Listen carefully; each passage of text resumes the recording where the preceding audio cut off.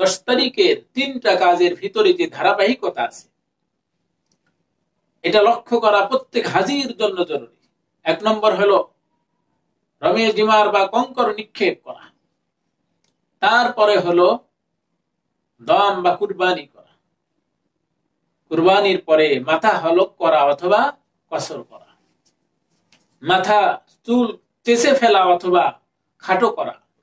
এই 3টা কাজের ভিতরে 10 তারিখের এই 3টা কাজের ভিতরে ধারাবাহিকতা রক্ষা করা উচিত। অনেক সময় দেখা যায় হাজিরা ব্যাংকের মাধ্যমে টাকা দিয়ে কুরবানি করতে চায়।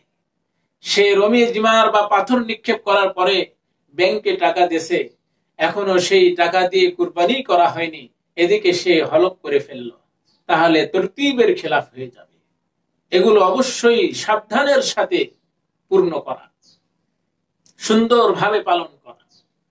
যেই ব্যক্তি অশ্লীল কথা, অশ্লীল কাজ এবং সর্বপ্রকারের ঝগড়া বিবাদ ও গুনার থেকে ফিরে লব্বাইক বলতে বলতে আল্লাহর দরবারে উপস্থিত হবে, আল্লাহ তাআলা খুশি হয়ে বলবে, হায় আমার বান্দা আমার জন্য হাতের গুনাহ ছেড়ে দিয়েছে, আমার বান্দা আমার জন্য চোখের গুনাহ, মুখের গুনাহ ছেড়েছে, আমার বান্দা আমার জন্য ঝগড়া বিবাদ ছেড়েছে, সকল অপকর্ম অন্যায় কাজকে ছেড়ে দিয়েছে। আমি খুশি হয়ে তার হজকে কবুল করে নিলাম, তার সকল গুনাহকে আমি মাফ করে দিলাম।